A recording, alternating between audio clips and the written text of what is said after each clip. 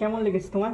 খুব সুন্দর হয়েছে পুরোটা, তোমার হাতের কাজ তো খুব সুন্দর। আমি তো আগেও তোমার কাছে দেখেছি, এই কারণে তোমার কাছে অর্ডার করেছি। আর তুমি এরকম রিজনেবল প্রাইসে করে দাও, তাই জন্যই তোমার কাছে করা।